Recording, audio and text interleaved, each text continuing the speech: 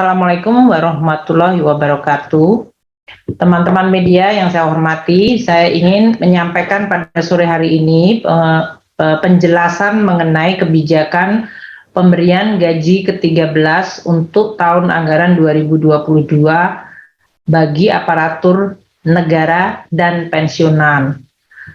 Karena ini beberapa minggu terakhir saya melihat ada berita mengenai hal itu, jadi sebaiknya kita juga menjelaskan secara langsung mengenai policy ini. Pemerintah dalam hal ini menggunakan instrumen APBN secara terus-menerus untuk menjaga pemulihan ekonomi nasional. Kebijakan APBN ini kita jaga di dalam menghadapi berbagai guncangan yang terjadi pada situasi pemulihan ekonomi dengan atau sesudah 2 tahun pandemi. Nah, APBN di dalam musim atau di dalam masa pandemi didesain untuk menjadi counter cyclical atau sebagai instrumen untuk mengcounter siklus ekonomi yang merosot akibat pandemi. Dengan demikian APBN bersifat ekspansif namun tetap terarah dan terukur sehingga kita bisa menangani tekanan terhadap perekonomian akibat pandemi di satu sisi, namun di sisi lain juga terus menjaga kesehatan APBN. Nah, ekspansi APBN yang secara terarah dan terukur salah satunya adalah melalui cara untuk mengungkit atau mendorong faktor-faktor yang bisa menciptakan multiplier dan pertumbuhan ekonomi. Salah satunya adalah konsumsi dalam hal ini terutama melalui kebijakan gaji ke-13. Namun pemerintah tentu tidak hanya melihat dari sisi ASN, justru APBN yang terbesar sebetulnya dilakukan untuk mendukung kegiatan sisi permintaan konsumsi dari masyarakat yang mengalami tekanan yang luar biasa akibat pandemi dan sekarang dengan guncangan akibat perang di Ukraina yang telah menyebabkan kenaikan harga-harga bahan makanan dan harga-harga energi. Di dalam APBN 2022 ini kita telah mengalokasikan 431,5 triliun untuk melindungi masyarakat dari guncangan tersebut dan sekaligus untuk mendongkrak dari sisi kegiatan konsumsi terutama untuk kelompok masyarakat menengah dan yang berpendapatan rendah. Penyaluran bagi 10 juta kelompok keluarga penerima manfaat untuk keluarga harapan adalah dengan alokasi 28,7 triliun. Kita juga memberikan bantuan sosial melalui kartu sembako untuk 18,8 juta kelompok atau keluarga penerima manfaat sebesar 45,1 triliun. Melalui APBN kita juga membantu dalam bentuk subsidi yang dinikmati oleh masyarakat, baik subsidi energi maupun non-energi dan juga untuk membantu UMKM. Ini kita meningkatkan jumlah subsidi dan energi.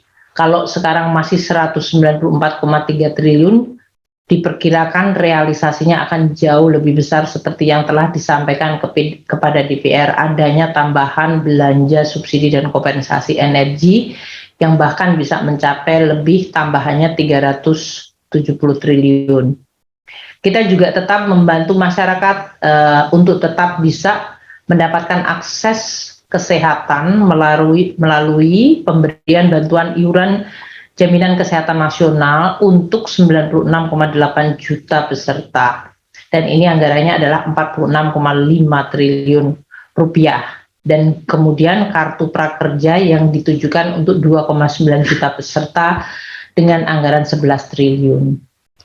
Nah, berbagai langkah yang dilakukan pemerintah ini adalah tujuannya untuk mengembalikan terus pemulihan ekonomi kita yang bisa merata. Dan tentu kelompok masyarakat yang paling rentan mendapatkan perhatian yang lebih banyak. Misalnya, untuk bantuan tunai yang diberikan kepada para pedagang keliling dan warung serta nelayan. Itu diberikan pada saat tekanan perekonomian meningkat dan pada saat kemudian tekanan harga terutama dari makanan meningkat. Kita telah memberikan 1,7 triliun kepada 1 juta PKL warung sebesar 600.000 yang diberikan pada bulan Februari yang lalu, dan 1,76 juta nelayan yang diberikan juga 600.000 yang disalurkan juga pada bulan Februari yang lalu. Dengan adanya tekanan harga-harga yang meningkat, meskipun pemerintah terus melakukan berbagai langkah untuk stabilisasi, pemerintah juga menambah penebalan atau peningkatan jumlah yang diterima oleh para penerima jaring pengaman sosial atau perlindungan sosial. Misalnya untuk keluarga yang tadi penerima PKH dan sembako, tadi 10 juta plus 18,8, itu ada 20,65 juta yang menerima Rp100.000 selama 3 bulan. Dan ini diberikan pada bulan April 2022 pada saat waktu itu harga minyak goreng meningkat dan dalam mendekati Lebaran. Itu anggarannya 6,2 triliun.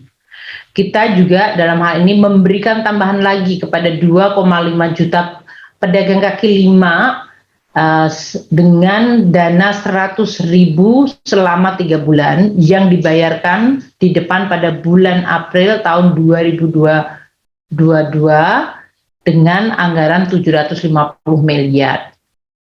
Untuk 1,76 juta penerima nelayan juga diberikan Rp100.000 selama 3 bulan. Ini terutama dilakukan pada bulan April yang lalu, menjelang Lebaran dan pada saat tekanan harga-harga terutama dari minyak goreng yang meningkat, sehingga kita mengalokasikan penebalan atau tambahan perlindungan sosial kepada masyarakat terutama kelompok PKH, sembako dan para pedagang kaki lima di bidang makanan dan nelayan yang menghadapi tekanan harga minyak goreng.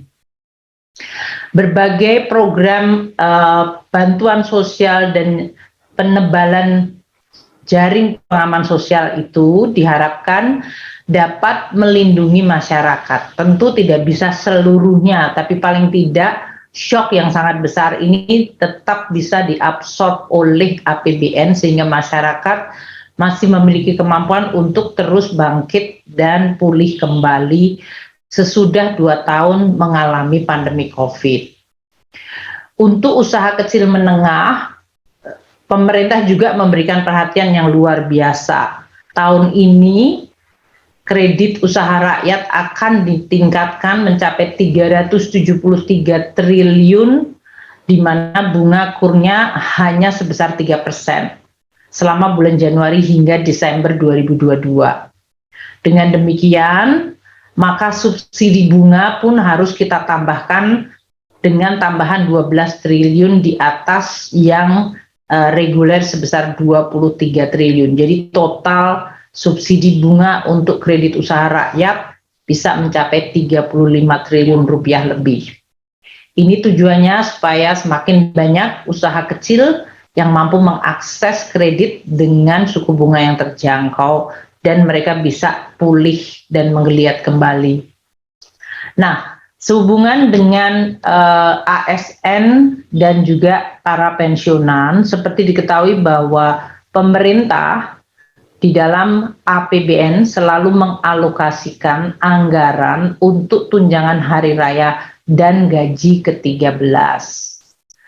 Dalam 2 tahun terakhir memang terjadi perubahan di dalam kebijakan mengenai THR dan gaji ke-13, yaitu karena dalam situasi COVID yang sangat mengguncang pada tahun 2020 gaji ke-13 dan THR hanya diberikan dalam bentuk gaji pokok beserta tunjangan keluarga dan tunjangan jabatan saja.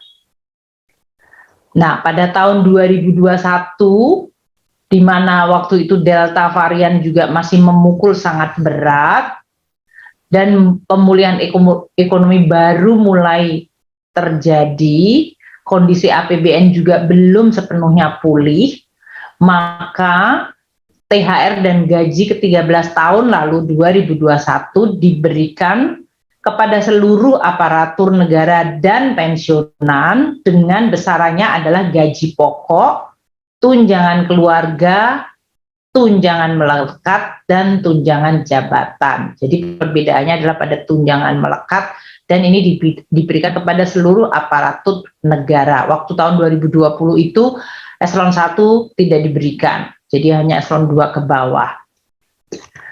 Nah, untuk tahun ini seiring dengan pemulihan ekonomi yang makin menguat dan juga adanya penerimaan negara yang cukup baik diakibatkan karena pemulihan ekonomi yang menguat serta adanya kenaikan harga-harga komoditas, maka situasi APBN kita juga mulai berangsur-angsur menjadi lebih baik. Oleh karena itu, Bapak Presiden memutuskan melalui peraturan pemerintah nomor 16 tahun 2022 untuk pembayaran THR dan gaji ke-13 yang kemudian disesuaikan dengan mencerminkan situasi perbaikan pemulihan ekonomi dan juga kesehatan APBN tersebut. THR dan gaji ke-13 diberikan untuk THR tentu saja 10 hari sebelum Hari Raya Idul Fitri. Gaji ke-13 diberikan biasanya pada saat menjelang tahun sekolah atau tahun ajaran baru. Ini merupakan wujud penghargaan atas kontribusi dan pengabdian aparatur negara dan para pensiunan di dalam menangani pandemi selama kondisi pandemi melalui berbagai pelayanan masyarakat dan tugas-tugas yang tetap dijalankan apapun risikonya dan upaya untuk memulihkan ekonomi nasional kembali. Kita mengharapkan dengan adanya THR dan gaji ke-13, percepatan pemulihan ekonomi nasional akan semakin didorong dengan menambah daya beli masyarakat, khususnya pada saat menjelang tahun ajaran baru, di mana kebutuhan terhadap belanja untuk kebutuhan anak-anak didik biasanya dihadapi oleh para orang tua. Nah, untuk tahun ini THR yang sudah kita bayarkan dan sekarang gaji ke-13 dibayarkan dalam bentuk atau sejumlah. Pertama adalah diberikan kepada seluruh ASN, sama seperti THR, sebesar gaji atau pensiunan pokok, ditambah dengan tunjangan yang melekat pada gaji atau pada pensiunan pokok tersebut, yaitu tunjangan yang berhubungan dengan tunjangan keluarga, tunjangan pangan, dan tunjangan jabatan struktural atau fungsional atau tunjangan jabatan secara umum. Itu yang kita berikan sama plus 50% tunjangan kinerja per bulan atau sebulan yang mendapat bagi mereka yang memang mendapatkan tunjangan kinerja. Jadi perbedaan dari tahun 2021 adalah THR dan gaji ke-13 tahun ini ditambah dengan 50% tunjangan kinerja per bulan. Nah, bagi pemerintah daerah, aturannya adalah paling banyak 50% tambahan penghasilan dengan memperhatikan kemampuan dari masing-masing APBD atau fiskal daerah dan diberikan sesuai dengan peraturan perundang-undangan, termasuk di dalam hal ini landasannya PP nomor 16 2022 dan aturan perundangan yang menyangkut ASN daerah. Jadi untuk gaji ke-13 tahun 2022 ini, satu, diberikan kepada seluruh aparatur negara pusat Ini jumlahnya sekitar 1,79 juta pegawai kita. Ya, dalam hal ini termasuk TNI Polri. Kedua, aparatur negara daerah. Jumlahnya 3,65 juta pegawai. Dan juga gaji ke-13 ini atau pembayaran yang ke-13 diberikan kepada pensiunan, yaitu jumlahnya sebanyak 3,32 juta orang.